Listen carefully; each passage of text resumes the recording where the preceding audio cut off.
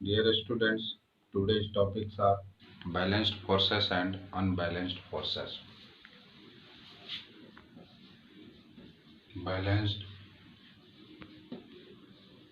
forces.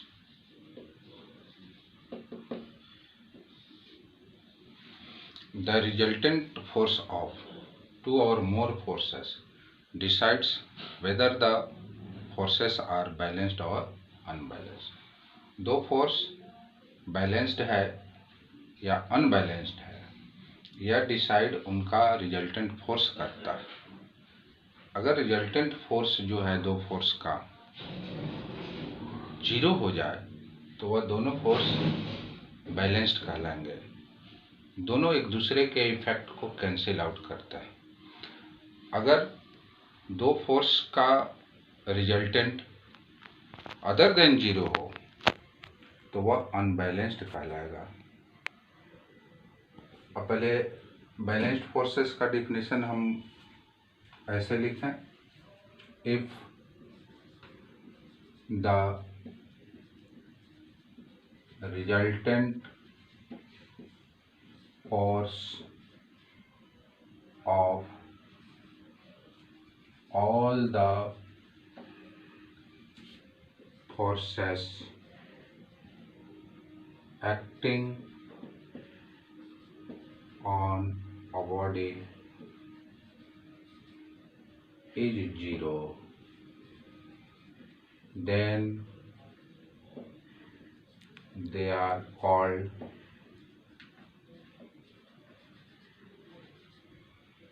balanced forces.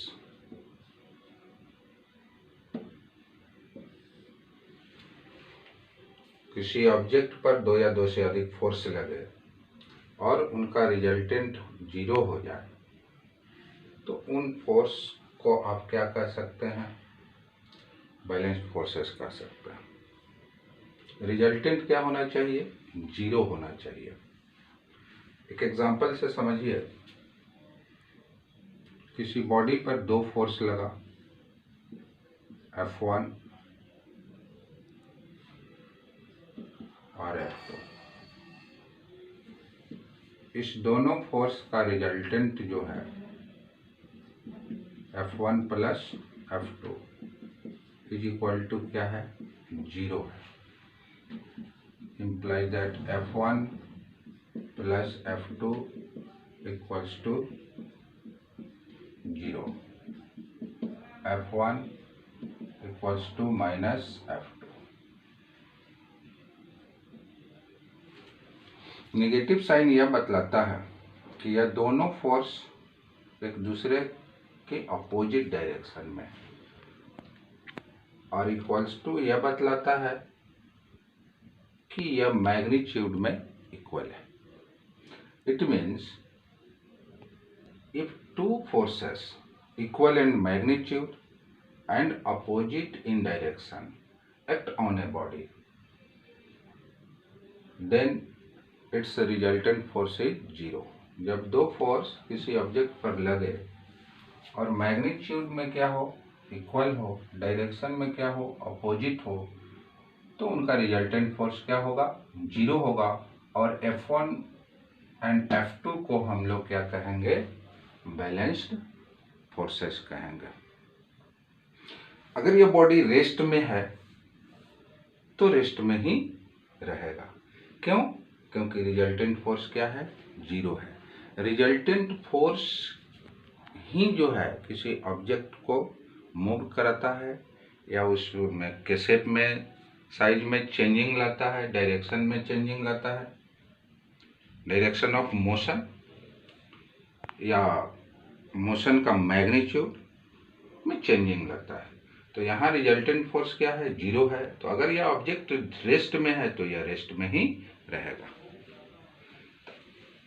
अब आइए, इससे आप यह कंक्लूड कर सकते हैं कि अगर रिजल्टेंट फोर्स जीरो हो of all the forces acting on a body and the body is at rest, और वह बॉडी रेस्ट में है तो वह रेस्ट में ही रहेगा। एक और एग्जांपल समझिए, एग्जाम्पल नंबर 2, अगर कोई बॉडी जो है यूनिफॉर्म वेलोसिटी से चल रहा है,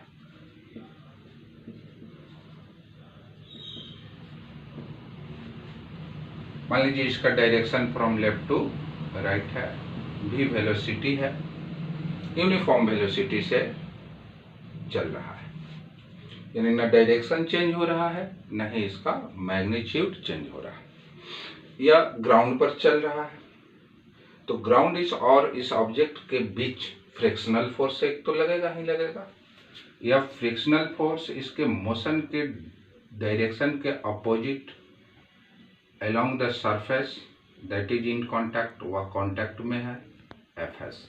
तो Fs फोर्स जो लगा इसके मोशन के अपोजिट डायरेक्शन में लगा, फिर भी यह ऑब्जेक्ट चल रहा है, यूनिफॉर्म वेलोसिटी से चल रहा है, इसका मतलब यह है कि एक फोर्स और इस पर लग रहा है F,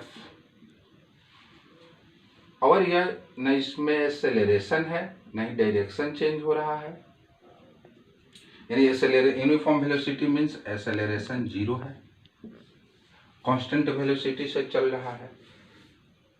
इट मींस F और Fs दोनों क्या है, बैलेंस्ड है।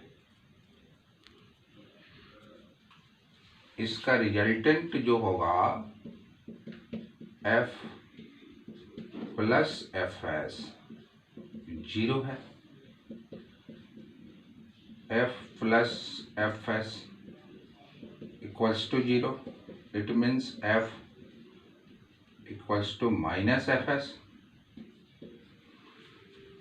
यानी जो फोर्स इसके मोशन को कंटिन्यू रख रहा है और एक फोर्स जो फ्रिक्शनल फोर्स है मोशन को का अपोज कर रहा है, यह दोनों फोर्स मैग्नीट्यूड में क्या है, इक्वल है और डायरेक्शन में अपोजिट है।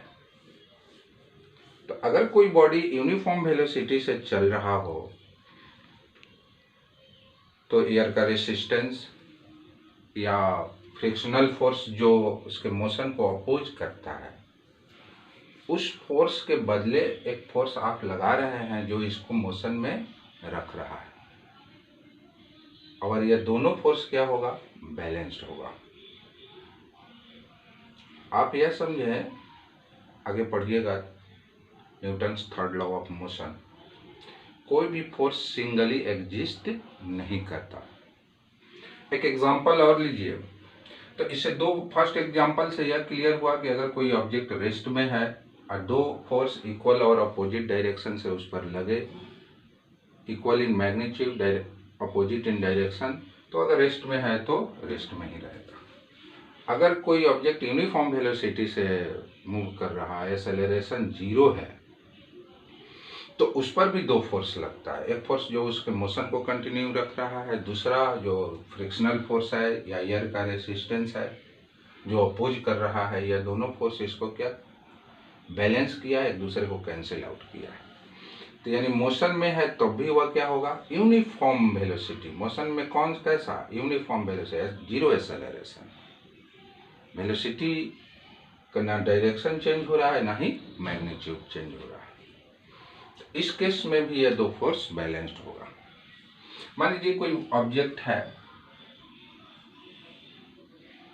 बुक ही ले लीजिए जो टेबल पर रखा हुआ है रेस्ट में, इस पर एटलीस्ट 2 फोर्स काम कर रहा है। एक, the weight of the book W, mass m है, ग्रेविटेशनल एक्सेलरेशन g है। mg डाउनवर्ड फोर्स लगा, अर्थ का ग्रेविटेशनल फोर्स उसको towards the centre of the earth pull कर रहा है। दूसरा फोर्स जो रेसिस्ट कर रहा है, इसको नीचे आने से रोक रहा है, कौन, टेबल, तो यह एक नॉर्मल फोर्स लगा रहा है अपवर्ड, और यह बुक जो है वह क्या है, रेस्ट में है, ना ऊपर जा रही है कि बुक, न नीचे आ रही है। इट मीन्स यह दोनों फोर्स जो है एक दूसरे को बैलेंस किए हुए हैं। तो इस केस में इसमें मोशन नहीं है, यहीं एक्सेलरेशन है, तो रिजल्टेंट फोर्स जो है नॉर्मल और वेट, यह दोनों का वेक्टर सम क्या है, 0 है। implies that n plus w is equal to 0 minus w, यानी नॉर्मल फोर्स वेट के क्या है, इक्वल है मैग्नीट्यूड में, और निगेटिव साइन यह बतलाता है कि अपोजिट डायरेक्शन में लग रहा है। तो ये 3 एग्जाम्पल हमने दिया बैलेंस्ड फोर्सेस का, और हर केस में आपने यही देखा कि किसी ऑब्जेक्ट पर 2 और मोर देन 2 फोर्स अगर अप्लाई किया जाए और उनका रिजल्टेंट क्या हो, 0 हो, तो वह फोर्स क्या होता है, बैलेंस्ड होता है। अब क्वेश्चन है कि बैलेंस्ड फोर्स एक्सेलरेशन प्रोड्यूस नहीं कर सकता। ऑब्जेक्ट अगर रेस्ट में है तो रेस्ट में ही होगा, यूनिफॉर्म वेलोसिटी में है तो यूनिफॉर्म वेलोसिटी में ही रहेगा। लेकिन बैलेंस्ड फोर्सेस एक चीज कर सकता है, वो क्या कर सकता है, balanced forces can change the shape of an object, can deform an object, वह किसी ऑब्जेक्ट के शेप को चेंज कर सकता है। सपोज ये कोई बॉडी है और यहाँ एक फोर्स आपने F1 लगाया और इधर से एक फोर्स क्या लगाया, F2। ये दोनों फोर्स F1 और F2 बैलेंस्ड है, यानी इसका रिजल्टेंट फोर्स क्या है, 0 है। तो अगर यह ऑब्जेक्ट बहुत हार्ड नहीं हो, फ्लेक्सिबल हो, इलास्टिसिटी हो उसमें, तो आप यह भी इसका इफेक्ट विजिबल होगा। तो जैसे एक बैलून को दोनों तरफ से अपनी दोनों तलहटी में आप दबाते हैं तो शेप उसका क्या होगा, चेंज होगा। या किसी ऑब्जेक्ट को आप 2 आदमी अलग अलग डायरेक्शन में ड्रॉ करें, फोर्स लगाकर इसको अपनी ओर खींचें, तो हो सकता है वो बीच से टूट जाए, डिफॉर्म हो जाए, 2 पार्ट में बढ़ जाए।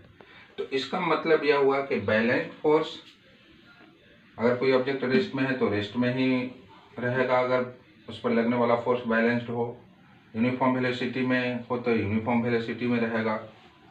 लेकिन यह कर क्या सकता है कि बैलेंस्ड फोर्स जो है मोशन तो कॉज नहीं कर सकता है, लेकिन वह डिफॉर्म कर सकता है। अब हो सकता है कि इस ऑब्जेक्ट का इधर से फोर्स इधर से फोर्स, तो यह हो सकता है कि object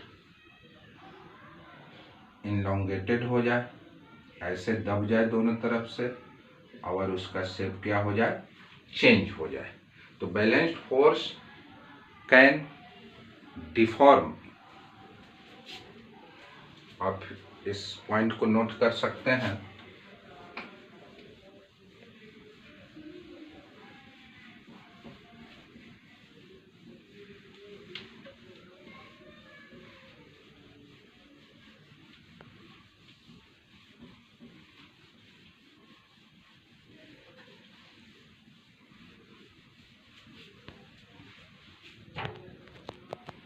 Balanced forces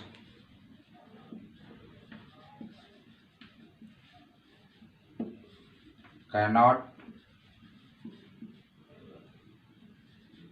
accelerate an object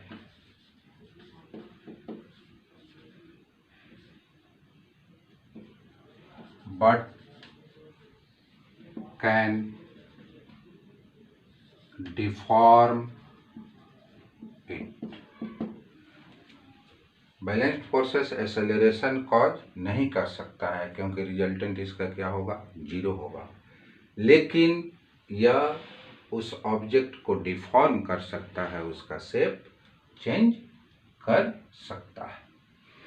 अब आते हैं अनबैलेंस्ड फोर्सेस। सेकंड टॉपिक है अनबैलेंस्ड फोर्सेस, जो ठीक इसके अपोजिट है, अनबैलेंस्ड फोर्सेस।